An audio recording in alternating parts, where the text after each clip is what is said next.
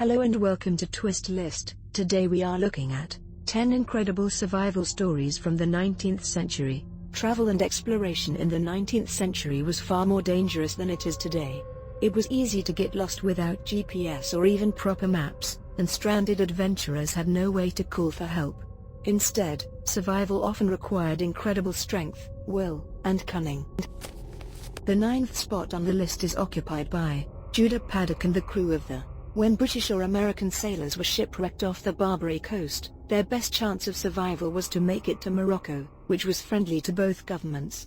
However, if they were captured by any of the nomadic Arab tribes of the Saharan desert, survival would be much more difficult. The new slaves were treated badly. They were flogged, starved, and forced to sleep outside on a regular basis. As slaves, they were the most valuable as commodities and were often traded or sold from one tribe to another.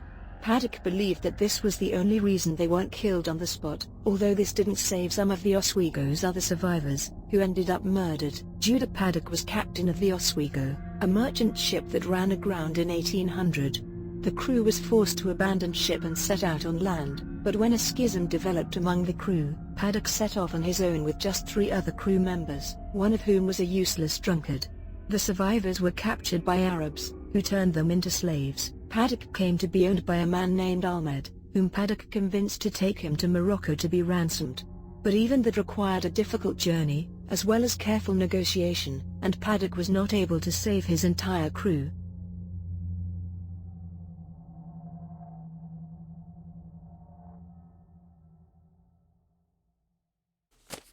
Number 8 on our list is 8. Robert Jeffrey was a British seaman who was pressed into service on a Royal Navy sloop called the Recruit, commanded by Captain Lake during the Napoleonic Wars. Impressment was a form of conscription practiced by the Royal Navy at the time, so naturally, Jeffrey was resistant to serving on the Recruit. Jeffrey, in fact, had managed to survive by eating limpets and drinking rainwater. After 9 days and some unsuccessful attempts to flag down passing ships, Jeffrey was rescued by an American ship. The ship took him back to Massachusetts, where he lived for a number of years. Only later did the British government find out that Jeffrey was still alive. Jeffrey was caught stealing beer from the ship's store. As punishment, Captain Lake decided to maroon Jeffrey on a desert island without any supplies. When Lake's superiors found out what had happened, they ordered him to go back and retrieve the stranded seaman. Upon returning to the island, they found no trace of him and assumed he was dead. An inquiry was held, and Captain Lake was dismissed from his post.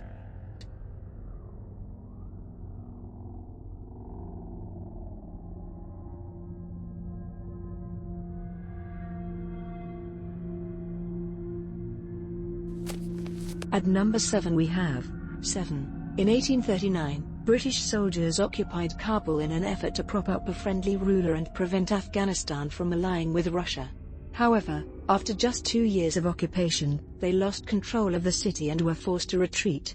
A group of 4,500 soldiers and 12,000 civilians left Kabul for India on a journey that was difficult and dangerous.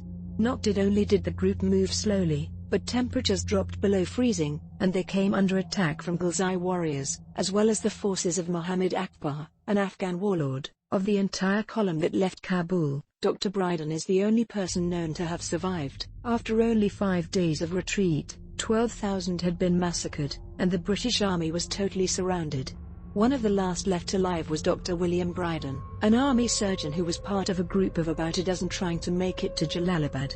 Riding a wounded pony, Brydon was able to fend off attacks from pursuing Ghilzai swordsmen, despite losing his own sword, until he was close enough to Jalalabad to be spotted by sentries. Number 6 on the list is 6. In the winter of 1897, a fleet of 8 whaling vessels, along with 265 crew members, was trapped by ice in the Arctic Ocean. Because of the thick ice, it would be 6 months before rescue vessels could reach the trapped ships, and the crew stood no chance of survival without food and supplies. The dangers of the Arctic were well known, and the situation seemed dire. Just 2 decades earlier, 13 vessels had been lost in the same area. The Bear itself was not able to reach the area until July, when the ice had broken up enough to allow passage. Until they did, Captain Tuttle had no idea if the overland journey had been successful. It had, and the Bear was able to bring the whalers back home, the majority of them having survived. Sensing the urgency of the situation, President McKinley ordered the U.S. Coast Guard cutter Bear, under the command of Captain Francis Tuttle, to deliver supplies to the trapped whalers.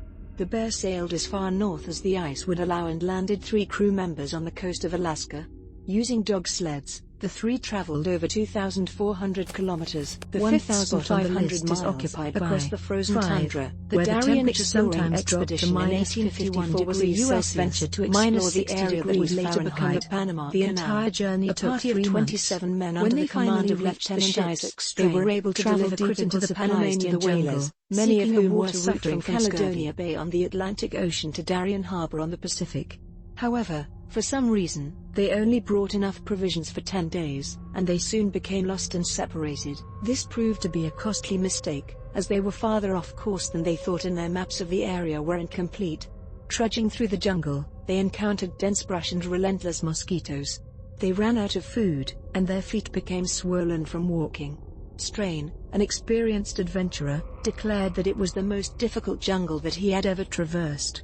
At one point, they built a raft, only to be forced to abandon it soon after. With no choice but to continue on foot until they reached the Pacific, men began to drop dead of disease and malnutrition. At one point, the party met a group of friendly natives, who they hoped would lead them back to a river that led to Darien Harbor. Instead, they were led in the wrong direction and became even more lost. Still, the party voted to continue on rather than return to their ship. Eventually Strain managed to reach the Pacific coast, where he acquired canoes and supplies to take back to his men, who could no longer travel. He returned to find some of them dead and many others starving. Number 4 on the list is 9 of the expedition's one of the most dangerous sailing routes of the 19th century took ships between the Canary Islands and the western coast of Africa. Challenges along this route included strong currents blowing toward shore, sandy air, and shallow water.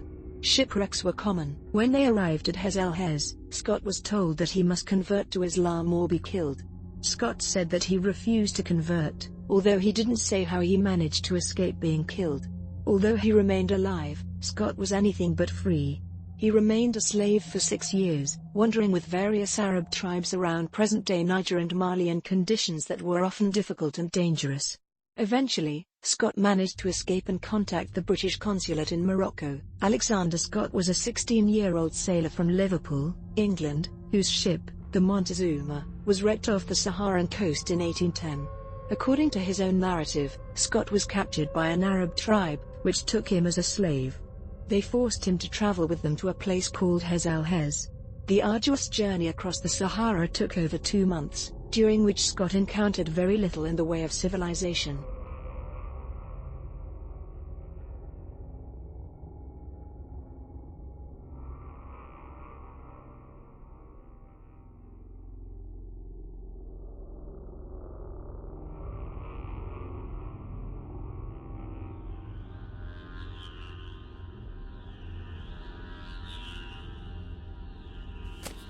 At the 3rd place we have 3. In 1816, the French ship Medusa was sailing for Senegal on a diplomatic mission. Included among the 400 passengers and crew were many notable French politicians, soldiers, and diplomats. However, for some really dumb reason, the French selected an inexperienced captain to command the ship, and the Medusa soon ran into trouble. The situation on the raft was grim. First, the lifeboats tried to tow it, but they ended up having to cut it loose. The raft was also too heavy, so food and other supplies had to be thrown overboard. Even then, the raft remained submerged under as much as 1 meter, 3 feet, of water. The first night on the raft, 20 people were either killed or committed suicide, and by the 4th day, food had run out and the survivors had to resort to cannibalism. When the raft was finally found after 15 days at sea, fewer than 15 men remained alive. Despite clear weather and calm seas, the Medusa ran aground on a reef in the Atlantic Ocean. The crew was forced to abandon ship but didn't have enough lifeboats to go around. The most important passengers got into the lifeboats, and the remaining 150 were forced to float on a raft made of lashed-together masts. Jack Renton was a Scottish sailor who had the misfortune of being shanghaied while in San Francisco in 1868. After escaping in a small boat and spending 40 days at sea, Renton washed up on one of the Solomon Islands. He was captured by a native tribe, the Malaytons, who were notorious among sailors as headhunters. After 8 years, Renton decided he'd had enough and found a ship to take him to Australia, where his tales from the Solomons made him an instant celebrity. He occasionally returned to the islands on humanitarian expeditions. It was on one of these return trips that he was captured and decapitated by one of the Malaytons' rival tribes. Renton's story lives on, however, in Malayton oral traditions. However, Renton managed to amaze his captors with his survival and language skills. They adopted him into the tribe, and the chief even started referring to him as a favorite son. Renton also distinguished himself as a warrior, taking part in headhunting expeditions and skirmishes with other tribes.